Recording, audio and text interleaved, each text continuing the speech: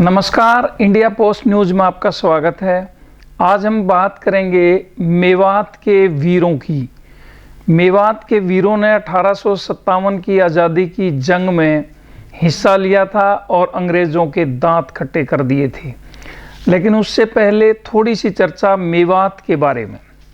हरियाणा के दक्षिण पूर्व में दिल्ली, राजस्थान और उत्तर प्रदेश की सीमाओं को छूता हुआ राज्य का सर्वाधिक पिछड़ा हुआ इलाका है जिसे मेवात कहा जाता है।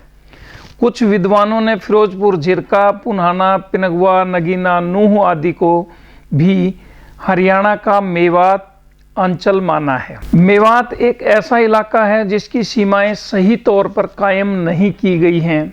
यह दिल्ली के दक्षिण में स्थित है और मथुरा, गुड़गांव, अलवर व भरतपुर का हिस्सा भी इसमें शामिल रहा है।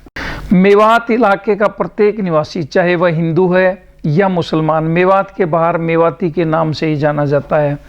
यहाँ के निवासियों की बोली भी मेवाती ही है। मेयो जाति यद्यपि मुसलमान मानी जाती है, लेकिन शुरू में ये हिंदू ही थी। विवाह की प्रथा में भी हिंदुओं के समान यह सगोत्र विवाह नहीं करते। इसके 52 गोत्र और 12 पाल हैं। मेयो अपनी जाति से बाहर विवाह नहीं करते। मुगल काल में अलवर व तिजारा मेवात की राजधानी थे, लेकिन मुगल शक्ति के कमज़ोर पड़ जाने के बाद मेवात का अधिकतर भाग महाराजा जयपुर के अधिकार में चला गया। बाद में अंग्रेज़ों ने फिरोजपुर, झिरका की रियासत नवाब अहमद बख्श को इनाम में दे दी थी, मगर यह रियासत सन 1835 में अंग्रेज़ों ने जब्त कर ली और नवाब शमसुद्दीन को फांसी पर लटका दिया था। यही नहीं, अंग्रेज़ों ने रियासत के 2 टुकड़े भी कर दिए थे। समय की अफरा तफरी ने मेवात को कई भागों में बांट दिया। इत दिल्ली, उत आगरो, इत अलवर बैराठ, कालो पहाड़ सुहानो, जाके बीच बसो मेवात। अर्थात दिल्ली, आगरा, अलवर और काले पहाड़ यानी अरावली पर्वत के मध्य में मेवात बसा हुआ है। इस इलाके में अरावली पर्वत को काला पहाड़ भी कहा जाता है, क्योंकि इस पहाड़ का अधिकांश पत्थर काला है और गहरा नीला है। किसी समय ये पहाड़ मेवों की आश्रय स्थल भी रहा है। इस पहाड़ ने बलबन की बर्बरता भी देखी है, तो बहादुर नाहर सिंह व हसन खां मेवाती की वीरता भी देखी है। आज़ादी की लड़ाई में मेवों का काफ़ी महत्वपूर्ण योगदान रहा है। इसके अतिरिक्त यहाँ के लोग जाति धर्म की सीमाएं लांघकर मुगल सल्तनत के साथ लड़ाई में राजस्थान के मेवाड़ इलाके के राजाओं, विशेषकर महाराणा प्रताप का इन्होंने साथ दिया था। हल्दी घाटी में हसन खां मेवाती ने महाराणा प्रताप के सेनापति के रूप में अदम्य साहस का परिचय दिया और अकबर जैसे बलशाली राजा के दांत खट्टे कर दिए थे।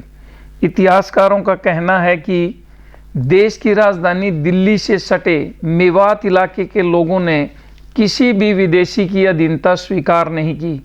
कहते हैं कि पहले दिल्ली के चारों तरफ जो 4 दीवारी बनी हुई थी, वह मुगल बादशाहों ने मेवाती वीरों के ड्रेस से बनवाई थी।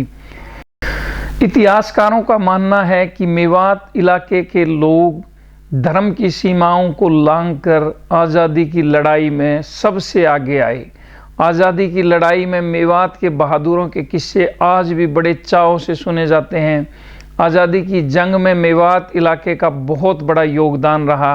1857 के असफल विद्रोह के बाद इस इलाके में अंग्रेज़ों ने खूब जुल्म ढाए थे, लेकिन यहाँ की जो आज़ादी की ज्वाला थी उसको अंग्रेज़ भी कम नहीं कर पाए। लेकिन दुर्भाग्य की बात है कि आज़ादी के इतने वर्षों बाद भी किसी ने मेवात की तरफ ध्यान नहीं दिया। आज भी मेवात का इलाका शिक्षा, स्वास्थ्य और मूलभूत सुविधाओं को लेकर काफ़ी पिछड़ा हुआ है।